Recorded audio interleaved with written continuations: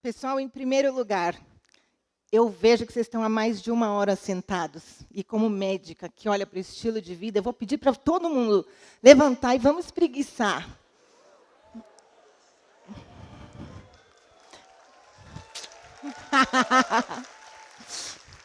Muito bem. Agora olha para o colega que está do lado, dá um sorriso.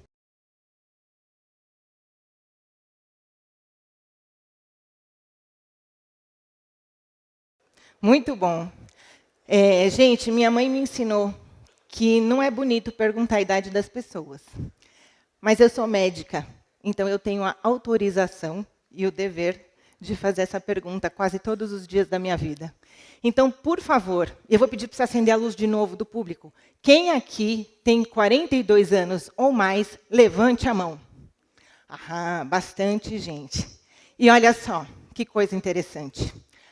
Essa matéria de 1904, um acidente envolvendo uma velhinha de 42 anos. E como é que a gente fala disso na minha família, em que, veja só, as bachãs, as avós, vivem até 105, 106 anos de idade. Mas, de modo geral, a gente está vivendo mais. Em 1904, a expectativa de vida do brasileiro médio era de 30 anos, por isso velhinha. E aí o último dado que a gente tem, que é de 2019, era de 76 anos. E para as mulheres, 80. Então, a gente ganhou aí décadas de vida. Mas aí eu pergunto, como é que a gente está vivendo esses anos que a gente ganhou? O que a gente está fazendo com eles? Né? Porque a gente não quer só dar mais anos à nossa vida, mas a gente também quer dar mais vida para cada dia que a gente vive. E não satisfeitos com isso, a gente ainda quer performance, alta performance, né? Em tantos sentidos, ser e ter tantas coisas. Isso vem a que custo? Né? Muitas vezes, dessa desconexão das nossas partes. E aí a gente acaba se desconectando das nossas necessidades, dos nossos sentimentos e das coisas que são muito importantes para a gente. A gente tem um estilo de vida coerente, que nos dê resiliência, que nos dê consciência, para ter uma vida que deixa a gente feliz, com saúde, né? E, poxa vida, que vale a pena.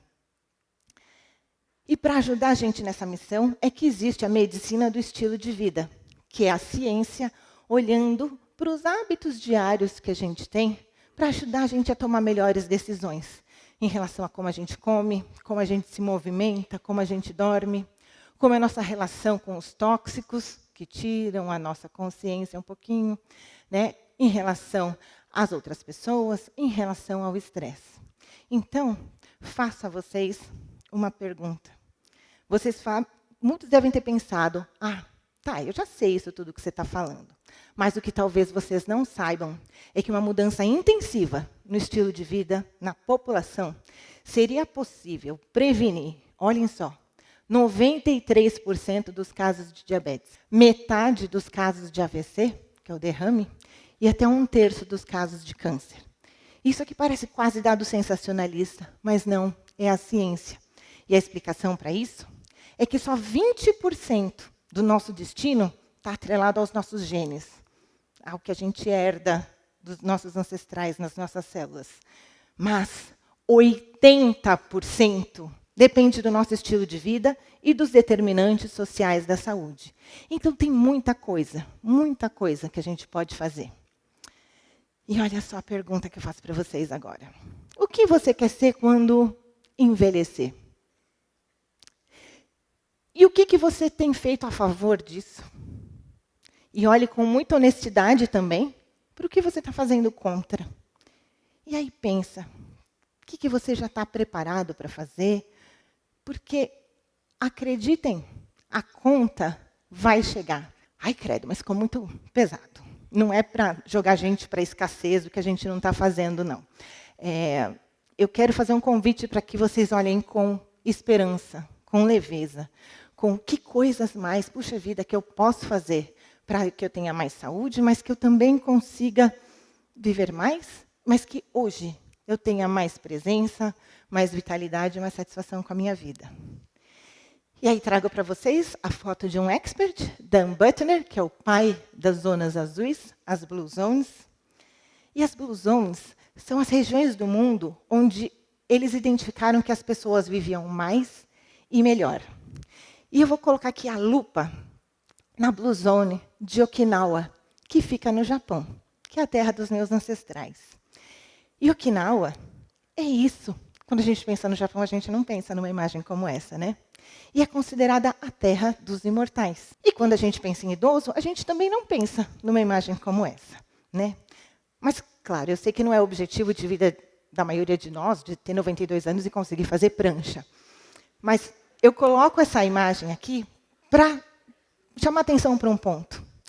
Okinawa tem uma concentração muito menor de incidência de câncer, metade da incidência de demência que tem nos idosos americanos. Então, a gente para olhar um pouquinho quais serão os segredos dessa gente. Então, vou trazer aqui para vocês. Em Okinawa, quando a gente para olhar o que eles comem, a gente se impressiona, porque nesse mundo carbofóbico, tanto medo do carboidrato, 79% do que eles comem vem dos carboidratos, mas vem dos carboidratos que vêm diretamente da natureza, a batata doce e o arroz. E quando a gente olha para tudo que eles comem, 97% é derivado dos vegetais. Não tem nada que seja proibido, mas no caso deles, eles conseguiam restringir a 3%. Olha só. A gente não quer só comida. A gente não quer só comida.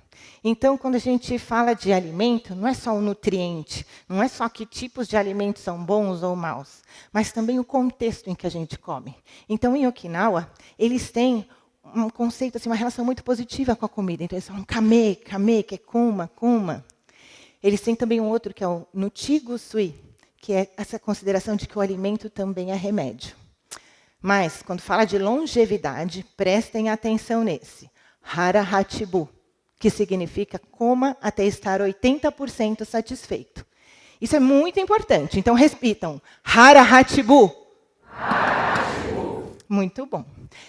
E, indo por esse caminho também de que a gente não quer só comida, porque não adianta nada a gente ser super atleta, ter uma alimentação super bacana, mas a gente ser muito amargurado, né, ou muito estressado. Então, a gente tem que olhar também para outras coisas que nutrem a nossa alma. Então, para eles, tem essa questão da jardinagem e da horta, que eles falam que é quase como uma meditação. No momento em que eles estão lá, cuidando da planta, eles estão com atenção plena naquele momento e contemplando o que é belo. Isso daí é um baita de um movimento de descompressão. E em relação ao movimento, também, eles são extremamente pessoas ativas, mas não porque eles estão inscritos na academia e vão, mas porque a atividade física faz parte do dia a dia deles, inclusive no momento de lazer, que não é o lazer sentado, que muitas vezes a gente faz. Agora, esse segredo é maravilhoso, o Moai. Moai é um grupo de amigos que se forma desde que eles são criancinhas. Como eles conseguem isso? E por que isso é tão importante para essa longevidade? Bom, porque eles estão juntos não só para ir para o karaokê, para tomar saquê, mas eles têm um conceito que é o yuimaru, que é um senso de responsabilidade social. Eu sou responsável por aquelas pessoas. Então, eles falam que é muito bom você envelhecer sabendo que você não está desamparado, que tem pessoas que estão olhando por você. Mas, e essa eu acho que é a parte de arrepiar, eles falam que, melhor ainda, é você acordar todas as manhãs e saber que você é responsável por outras pessoas, mesmo que você tenha mais do que 100 anos de idade. Isso tem a ver com propósito, isso tem a ver com significado, né? A gente não consegue prever exatamente o que vai acontecer na nossa vida, mas a sorte só ajuda quem se prepara também, né? E tudo isso de positivo e de união foi muito importante para eles, porque em 1945, na Segunda Guerra Mundial, eles foram invadidos pelo exército americano. E aí o que aconteceu? Eles passaram 25 anos proibidos de falar a língua deles e de manter os hábitos, de modo que só os mais antigos conseguiram manter tudo isso.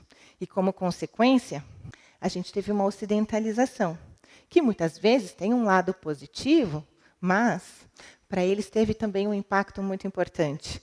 Eles aumentaram o consumo de alimentos industrializados, de derivados de animais, uma quantidade assim de até 7 vezes mais.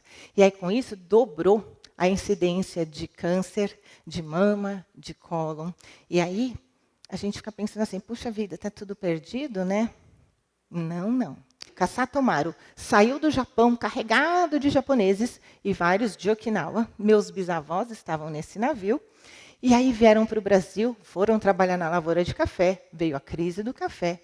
Mas, por conta do Moai, eles acabaram se reunindo na região da zona leste da Vila Carrão, na zona leste de São Paulo. E aí lá eles fundaram, né, a Associação Okinawa da Vila Carrão.